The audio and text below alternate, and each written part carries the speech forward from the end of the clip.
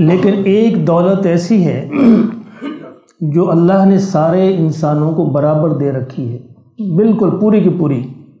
اس میں حکمران ہوں، رعایا ہوں، غریب ہوں، امیر ہوں، چھوٹے ہوں، بڑے ہوں، مرد ہوں، عورت ہوں، کوئی بھی ہو، وہ اللہ نے سب کو برابر عطا کی ہے۔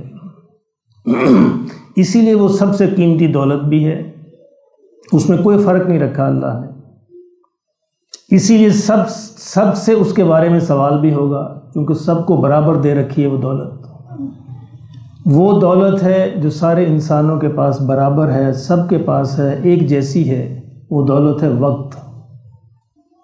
کیوں جی، آپ نے اندازہ فرمایا سب کے پاس 24 گھنٹے ہوتے ہیں۔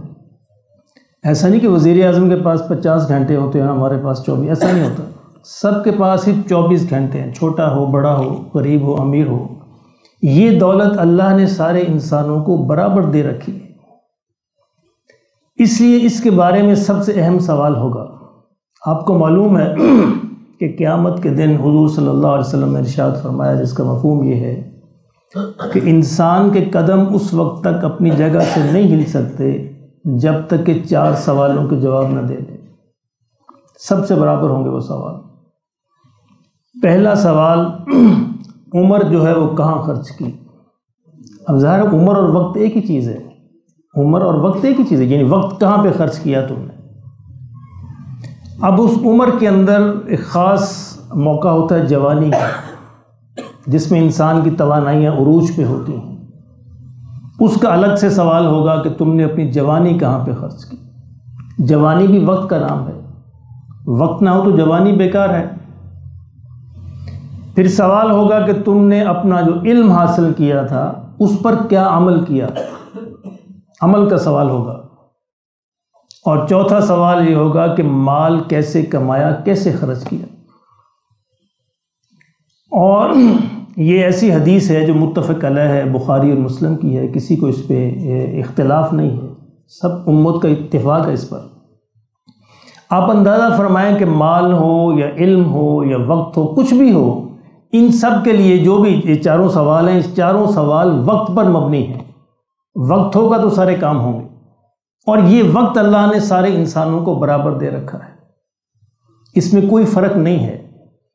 اور قیامت کے دن وہ انسان سب سے زیادہ پچھتائے گا جس نے اپنے وقت کو سب سے زیادہ ضائع کیا ہوگا۔ ایک حدیث میں آتا ہے جس کا مفہوم یہ ہے کہ جنت میں جانے کے بعد انسان کو کسی بات کا غم اور افسوس نہیں ہوگا سوائے اس لمحے کے جو دنیا میں اللہ کی یاد کے بغیر گزر گیا، یعنی وقت کا افسوس ہوگا کہ میں نے وقت ضائع کر دیا۔ یہ ایک عجیب چیز ہے۔ ایک بہت بڑے عالم ہیں، وہ فرماتے ہیں کہ میں نے وقت کی قدر جو ہے ایک برف بیچنے والے سے سیکھی، کہ برف بیچنے والا یہ آواز لگا رہا تھا کہ لوگوں اس بندے کے حال پہ رحم کرو جس کا مال جو ہے گھلا جا رہا ہے، پگھلی جا رہی ہے جس کا مال، کہ اگر تم نے یہ میری برف نہ خریدی تو پگھل جائے گی، ضائع ہو جائے گی، اس بندے کے حال پہ رحم کرو۔ یہی حال انسانوں کا ہے، انسانوں کی زندگی بھی پگھل رہی ہے، یعنی اگر اس کو خرچ نہ کیا صحیح طریقے سے تو پگھل جائے گی، ختم ہو جائے گی۔ ہماری زندگی بھی برف کی مانند ہے۔ ذرا غور فرمائیے، جو میرے جیسے بوڑھے ہیں وہ ذرا غور فرمائیں کہ پچھلی زندگی کہاں بیت گئی۔ کو محسوس ہوتا ہے؟ ایسے محسوس ہوتا ہے کہ ابھی آئے اور ابھی چلے گئے، ایک دروازے سے آئے ہیں دوسرے دروازے سے باہر جا رہے ہیں۔ اس لیے میرے محترم دوستو، وقت کو مضبوطی سے تھامنا ہوتا ہے۔ اور ہمارے یہاں یعنی بڑا ہی افسوس ہوتا ہے جوانوں کو دیکھ کر، ایون کہ بوڑھوں کو دیکھ کر بھی، یعنی محفل لگی ہوئی ہے اور وقت ضائع ہو رہا ہے، کوئی کام نہیں ہو رہا۔ اس لیے روزانہ اس بات کا حساب لگائیں کہ آج میں نے کیا سیکھا یا آج میں نے کیا سکھایا۔ یہ دونوں کام بڑے ضروری ہیں، چاہے ایک لفظ کیوں نہ ہو، یعنی ایک لفظ ہی اگر انسان سیکھ لے، اس کا مطلب ہے کہ اس کا وہ دن قیمتی بن گیا۔ یعنی ایک مشکل امر نہیں ہے۔ ہمارے یہاں ایک عجیب رواج ہے، جو ہی بندہ 60 برس کا ہوتا ہے تو وہ تو خود کچھ نہ کہے تو دوسرے کہنا شروع کر، اب تم نے کیا کرنا یار، آرام کرو بھی، کیوں وقت ضائع کرو؟ جب تک زندگی ہے، توانائی ہے، صحت ہے، تو کوئی نہ کوئی کام کرنا چاہیے۔ یہ ایک بڑی نامراد سوچ ہے کہ دوسروں کو بھی ڈسکریج کرنا کہ وہ کوئی کام نہ کرے۔ جب تک توانائی باقی ہے، جب تک زندگی باقی ہے، اس پر کام کرنا چاہیے، اپنے وقت کو یوٹیلائز کرنا چاہیے۔ آقا دو عالم صلی اللہ علیہ وسلم کی بڑی پیاری حدیث ہے، حضور نے فرمایا صلی اللہ علیہ وسلم، ذرا وقت کی اہمیت دیکھیے۔ آپ نے فرمایا کہ دیکھو اگر تمہارے ہاتھ میں کھجور کا ایک پودا ہو چھوٹا سا، جس کو تم زمین کے اندر لگانا چاہتے ہو، یعنی کھجور کا پودا پکڑا ہے، زمین میں لگانا چاہ رہے تھے، حضور نے فرمایا قیامت آ گئی، یعنی ادھر تم کھجور کا پودا لگانے لگے کہ قیامت آ گئی۔ آقا نے فرمایا صلی اللہ علیہ وسلم، کھجور کے پودے کو پھینک نہ دینا، لگا دینا۔ اللہ اکبر، وقت کا استعمال ہو جائے گا اور قیامت میں تمہارے حساب میں لکھا جائے گا۔ اس سے اندازہ فرمائیں، یعنی کیا منظر ہے کہ قیامت آ رہی ہے اور دنیا ختم ہو رہی ہے، جانیں ختم ہو رہی ہیں، عین اس لمحے بھی آقا دو عالم صلی اللہ علیہ وسلم نے فرمایا کہ جو کام کرنا چاہتے تھے کر گزرنا، تاکہ وہ بھی تمہارے نامہ اعمال میں لکھا جائے اور ضائع نہ ہو وقت۔ اس لیے میرے محترم دوستو، بوڑھا ہو جانا یہ ایک نعمت ہے۔ آپ کو وقت کی فراغت مل گئی تو اس کو یوٹیلائز کیجئے، اس کا حساب لگائیے، اب مجھے وقت کہاں پہ استعمال کرنا ہے۔ شکر ہے اللہ نے آپ کو ریٹائرمنٹ دے دی، جو بڑی اچھی بات ہے، بہت سے کاموں سے فراغت ہو گئی۔ اب اس کاموں سے حساب لگا کے اپنے آپ کو حساب لگائی، اب میں کہاں پہ اپنا وقت خرچ کروں، اور اس کا اچھا استعمال کیجئے۔ وقت کا اچھا استعمال جو ہے اس وقت کو قیمتی بنا دے گا، ورنہ وہی وقت آپ کے گلے میں پڑ جائے گا، عذاب بن جائے گا۔ یعنی دو ہی صورتیں ہوتی ہیں نا، وقت یا تو آپ کو نفع دے رہا ہوتا ہے یا نقصان دے رہا ہوتا ہے۔ دو ہی صورتیں، یا تو آپ سو جائیں، وہ پھر وقت نہ نفع دے گا نہ نقصان دے گا، بس ٹھیک ہے، بیلنس رہے گا کام۔ اور اگر آپ جاگ رہے ہیں تو اس کا مطلب ہے کوئی نہ کوئی کام ہو رہا ہے۔ اگر آپ کچھ بھی نہیں کر رہے تو پھر بھی آپ کا ذہن یوٹیلائز ہو رہا ہے، سوچ رہے ہیں آپ، کچھ نہ کچھ ذہن میں چل رہا ہے، اور اللہ کے ہاں وہ سوچیں بھی لکھی جا رہی ہیں۔ ان اللہ علیم بذات الصدور، اللہ تمہارے سینوں کو، بھید کو بھی جانتا ہے۔ اور قیامت کے دن اللہ پوچھے گا کہ دو کام کیے تو اس کے پیچھے محرکات کیا تھے، نیتیں کیا تھیں، نیتوں کا بھی حساب ہوگا۔ اور نیتیں تو انسان کی اس وقت بھی چل رہی ہوتی ہیں جب بیکار، بظاہر بیکار بیٹھا ہوتا ہے۔ اس لیے دکاندار حضرات جو ہیں، جو ہر وقت تو گاہک موجود نہیں ہوتے، ایک تصویر رکھ لیں اپنے پاس، سبحان اللہ سبحان اللہ الحمدللہ الحمدللہ، قرآن مجید رکھ لیں، روزانہ ایک ہی آیت سیکھ لیں، کوئی حدیث کی کوئی کتاب رکھ لیں، کوئی ایک حدیث پڑھنا شروع کر دیں، کوئی سیکھنا شروع کر دیں۔ اللہ، میں صرف یعنی تحدیث نعمت کے طور پہ بیان کر رہا ہوں کہ اب اللہ رب العزت نے ریٹائرمنٹ دے دی، اب سوچا کہ کیا کیا جائے، الحمدللہ ثم الحمدللہ، آپ بھی دعا کیجئے۔ اب میں نے حفظ شروع کر دیا اور انشاءاللہ ہو جائے گا، ایسا نہیں کہ ہوگا نہیں، ہو جائے گا انشاءاللہ، ابھی 2-4 سال میں اللہ عطا فرمائیں گے، انشاءاللہ ہو جائے گا۔ یعنی بچپن میں والدین کی خواہش تھی حفظ کی جائے، نہیں ہو سکا، کچھ ایسے حالات تھے کہ نہیں ہو سکا، 5-7 سپارے حفظ کیے، اس کے بعد ختم ہو گیا معاملہ۔ اس کے بعد پھر ظاہر ہے زندگی گزرتی رہی، ادھر اپس ڈاؤنز آتے رہتے ہیں، اونچ و نیچ، نشیب و فراز چلتے رہے۔ اب سوچا کہ بندے اب تو بالکل فراغت ہے، اب تو کوئی بہانہ نہیں ہے۔ بچپن میں تو بہانے تھے، ماں باپ کے بہانے تھے، اور بہانے تھے، درمیان میں نوکریوں کے بہانے تھے، کاروبار کے بہانے تھے، اب تو کوئی بہانہ نہیں ہے۔ تو سوچا کہ چلو بسم اللہ کر دی جائے، تو بسم اللہ کر دی۔ آپ حضرات بھی دعا کیجیے اللہ پاک اپنے اس کو قبول فرمائے، اور وہ دن دیکھنا نصیب فرمائے کہ جب بطور حافظ ہی دنیا سے رخصت ہو، کہ جب جائیں تو قرآن مجید سینے کے اندر ہو۔ تو میں صرف یہ بتانے کا مقصد یہ تھا کہ ٹائم ہوتا ہے، صرف ہم اس کا حساب نہیں لگاتے، ایسا نہیں کوئی انسان کام نہیں کر سکتا۔ اب بہت سارے میں دکاندار حضرات کو دیکھتا ہوں، بالکل فارغ بیٹھے ہوتے ہیں، ہر وقت تو گاہکوں کا ہجوم نہیں ہوتا نا، لیکن کوئی کام نہیں کر رہے ہوتے، یا 2-4 دوست یار بیٹھے گپ شپ لگا رہے ہوتے ہیں۔ اب یہ وقت ضائع ہو رہا ہے، یہ برف پگھل رہی ہے، حتیٰ کہ مسجد کے اندر یعنی کہ 2-4-5 دوست بیٹھے ہیں اور گپ شپ لگ رہی ہے، یہ وقت بھی ضائع ہو رہا ہے۔ مسجد میں اگر آپ نے بیٹھنا ہے تو قرآن مجید کھول لیجئے، حدیث کی کتاب کھول لیجئے، ایک دوسرے کو سیکھیے اور سکھائیے۔ یعنی نبی صلی اللہ علیہ وسلم جب مسجد میں تشریف لاتے تھے تو اس مجلس میں بیٹھتے تھے جہاں سیکھنے سکھانے کا عمل ہوتا تھا۔ یعنی صحابہ کرام جب مسجد کے اندر بیٹھتے تھے 2 ہی معمول ہوتے تھے، یا تو ذکر اذکار کرتے تھے اور یا آپس میں سیکھتے اور سکھاتے تھے۔ قرآن مجید سیکھ لیا، احادیث سیکھ لی، کوئی دین کی باتیں سیکھ لیں، تو آقا دو عالم صلی اللہ علیہ وسلم اس مجلس کو ترجیح دیتے تھے جہاں پہ سیکھنے سکھانے کا عمل ہوتا تھا۔ تو یہ عمل بھی کیا جا سکتا ہے۔ تو ایک تو اس بات کی طرف توجہ دلانا مقصود تھا کہ میرے محترم دوستو، یہ دولت اللہ نے ہم سارے انسانوں کو برابر عطا فرما رکھی، اس میں کوئی کمی نہیں کی، اس لیے اللہ اس کے بارے میں سب سے برابر سوال کرے گا کہ یہ دولت تو میں نے تم کو دی تھی، تم نے کہاں پہ استعمال کی، کس طرح استعمال کی، اس کو ضائع کیا یا اس کو سنبھال لیا۔ اللہ کی قسم، انسان کو جنت میں جانے، میں نے بہت دفعہ یہ حدیث سنائی ہے کہ جنت میں درجات کا جو فرق ہوگا اس سے پھر انسان پچھتائے گا۔ کہتے ہیں نا کہ ایک بندہ اپنی جنت کے اندر لیٹا ہوگا، اسے بہت پیاری خوشبو آئے گی، فرشتوں سے پوچھے گا کہ یہ خوشبو کہاں سے آئی؟ وہ کہیں گے تمہارے جو اوپر جو درجہ ہے، جنتی جو اوپر ہے، وہ اپنے بستر پہ لیٹا ہوا تھا، اس نے کروٹ بدلی ہے تو اس کے پسینے کو چھو کے جو ہوا آئی ہے یہ اس کی خوشبو ہے۔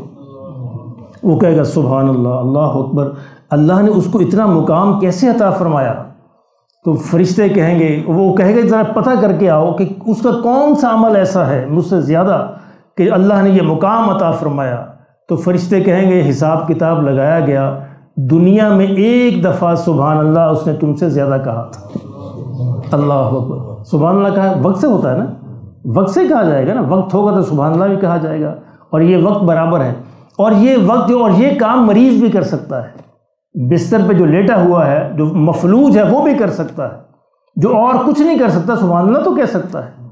یعنی اگر اس کے جسم کے اعضاء یہ کام نہیں کر رہے، ہاتھ نہیں کام کر رہا، پاؤں نہیں کام کر رہے، فالج ہے، لیکن زبان کام کر رہی ہے، تو زبان بھی بہت بڑی نعمت ہے کہ اس سے بھی اللہ کا ذکر کر سکتا ہے، اور وہ بھی اس کے درجات بلند ہو رہے ہیں، مسلسل لکھا جا رہا ہے۔ ہمارے ایک دوست تھے، یہیں پہ ان کی دکان تھی، تو میں اکثر دیکھتا تو وہ نا ایک رسالہ پڑھ رہے ہوتے تھے، مجھے بڑی خوشی ہوتی کہ یار یہ دیکھو کتنا قیمتی آدمی ہے کہ یہ بندہ پڑھتا ہے۔ اب میں دیکھتا ہوں وہ نہیں پڑھتے، اب وہ اکثر گپ شپ لگا رہے ہوتے ہیں، تو یہ اللہ پاک ان کو مزید توفیق عطا فرمائے کہ دوبارہ وہ اس کو پڑھنا شروع کر دیں، اپنے وقت خدا کے لیے حساب لگائی۔ یعنی صحابہ کرام جو تھے ایک دوسرے سے پوچھتے تھے کہ آج تو میں اپنے وقت کو کہاں پہ استعمال کیا، ایک دوسرے کے دین کا حال پوچھتے تھے، اپنے وقت کا حال پوچھتے تھے، اور ایک دوسرے کے بارے میں بڑے سینسیٹیو رہتے تھے، اپنے بارے میں سوچتے رہتے تھے کہ کیا ہوا۔ ایک صحابی ہیں بڑے معروف، ابو طلحہ ہیں یا حنظلہ رضی اللہ تعالیٰ عنہ، یہ ایک دن جا رہے ہیں اور کہتے جا رہے ہیں اپنی زبان سے کہ حنظلہ تو منافق ہو گیا، کہ حنظلہ تو منافق ہو گیا۔ دوسرے کے صحابی نے پوچھا کہ استغفر اللہ، انہیں کیا ہوا کیا؟ تو کہنے لگے کہ دیکھیں جب ہم نبی صلی اللہ علیہ وسلم کی مجلس میں ہوتے ہیں تو اس وقت ہمارے دل کی کیفیت بڑی نورانی ہوتی، اور لیکن جو ہی ہم گھر جاتے ہیں، بیوی بچوں میں ہوتے ہیں، اپنے کاروبار میں ہوتے ہیں، تو وہ کیفیت موجود نہیں رہتی، تو اس کا مطلب میں منافق ہو گیا۔ یعنی منافق وہی ہوتا ہے نا جس کا حال دل کی کیفیت کا اور ہو، بظاہر کوئی اور حال ہو، تو حضور کی محفل میں اور حال ہوتا ہے، گھر میں اور حال ہوتا ہے، تو اس کا مطلب یہ ہے کہ میں منافق ہو گیا۔ اب اپنے وقت کو اس طرح وہ سوچ رہے ہیں کیا ہو گیا اس کو۔ حضرت ابو بکر رضی اللہ تعالیٰ عنہ ملے تو انہوں نے کہا کہ حنظلہ یہ حال تو ہمارا بھی ایسے ہی ہے، ایسے ہی ہے ہمارا۔ اور تھوڑا آگے گئے حضرت عمر ملے تو کہنے لگے حنظلہ حال تو میرا بھی ایسے ہی ہے۔ تو چلو پھر ہم سارے چلتے ہیں، چلو پھر سارے نبی صلی اللہ علیہ وسلم کی خدمت میں حاضر ہوتے ہیں اور ان سے پوچھتے ہیں کہ یا رسول اللہ صلی اللہ علیہ وسلم آپ ہمیں فرمائیے، بتائیے اس بارے میں۔ تو حضور صلی اللہ علیہ وسلم کی خدمت میں حاضر ہوئے اور جا کے پوچھا کہ یا رسول اللہ صلی اللہ علیہ وسلم یہ معاملہ ہے۔ اب یہ وقت سے ہی ہو رہا ہے نا سارا، یعنی ان کو اپنے وقت کی فکر پڑی ہوئی ہے کہ وقت بظاہر جو خاموش وقت ہے وہ بھی بیکار نہ ہو، ہمارے دلوں کے اندر جو خیالات آ رہے ہیں وہ وقت بھی بیکار نہ جائے۔ تو حضور صلی اللہ علیہ وسلم سے اپنی یہ ساری کیفیت عرض کی تو آقا دو عالم صلی اللہ علیہ وسلم مسکرائے اور آپ نے فرمایا کہ یہ تو گاہے گاہے نصیب ہوتا ہے، یہ ہمیشہ نصیب نہیں ہوتا، تم منافق نہیں ہوئے الحمدللہ، یہ کیفیت انسان کی چلتی رہتی ہے، اونچ نیچ جو ہے یہ آتی رہتی ہے، اور یہ بھی بڑی قیمتی ہے۔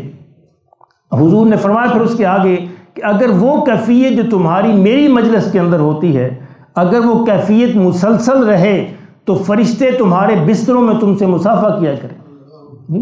تو لیکن آپ نے فرمایا انسان ہے، اللہ نے اس کو ایسے ہی بنایا ہے، تو یہ کیفیت تو کبھی کبھی نصیب ہوگی، لیکن اگر کسی کو کبھی بھی نصیب نہیں ہوتی پھر اس کو کیا کرنا چاہیے؟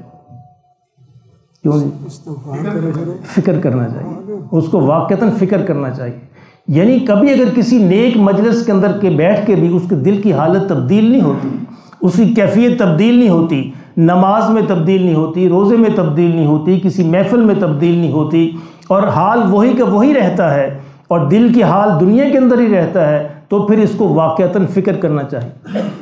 اس لیے کہ فرمایا کہ اگر کسی نے یہ پہچاننا ہو کہ فلاں شخص جو ہے اس کا اللہ سے تعلق ہے کہ نہیں ہے، یعنی ولی اللہ ہے کہ نہیں ہے، اللہ کا دوست ہے کہ نہیں ہے، فرمایا کہ اس کو تین باتیں ہیں اس کو پہچاننے کی۔